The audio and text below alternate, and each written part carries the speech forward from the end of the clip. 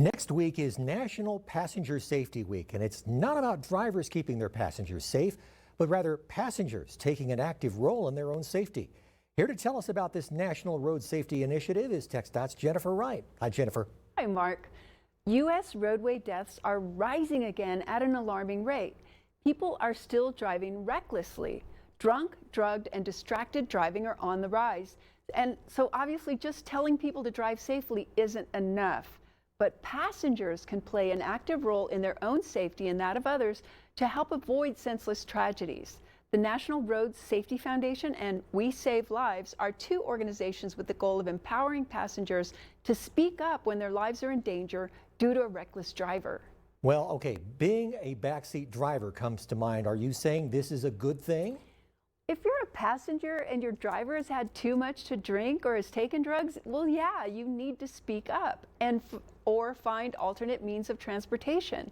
If you're planning to ride with someone who for some reason is distracted, either because they're addicted to their phone and can't stop scrolling or texting, or someone may be too upset to drive safely, you need to speak up and decide not to go along just to get along. And that isn't always easy. Yes, it's true. It takes some courage, but one courageous voice can overpower one dangerous one. This goes not only for impaired or distracted driving, but also speeding or other reckless driving. Drivers making bad decisions imperil not only themselves, but also their passengers. And it's time for passengers to take an active role in their own safety. Decide you will not ride with anyone engaging in unsafe behaviors and encourage others to do the same. That is good advice, Jennifer. So what other advice do you have for us, hopefully, so we can avoid some road closures? Well, you can avoid closures this weekend if you keep to the heart of the city, but we will be having two full freeway closures bracketing El Paso throughout the weekend.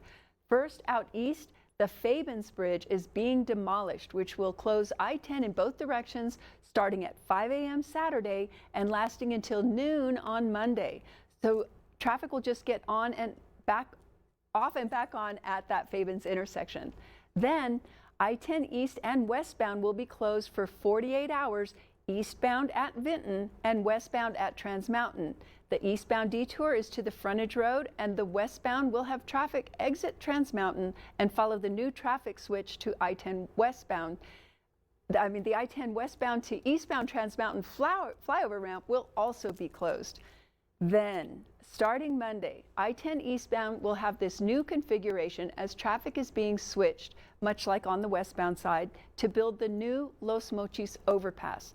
The frontage road will be closed at Vinton, and main lane traffic will be steered onto South Desert and back on, but after that point, local traffic can opt to stay on South Desert to reach their destinations. And this configuration is expected to stay in place up to 9 months while they build that Los Mochis overpass. All right, Jennifer Wright, thank you so much. Thank you, Mark.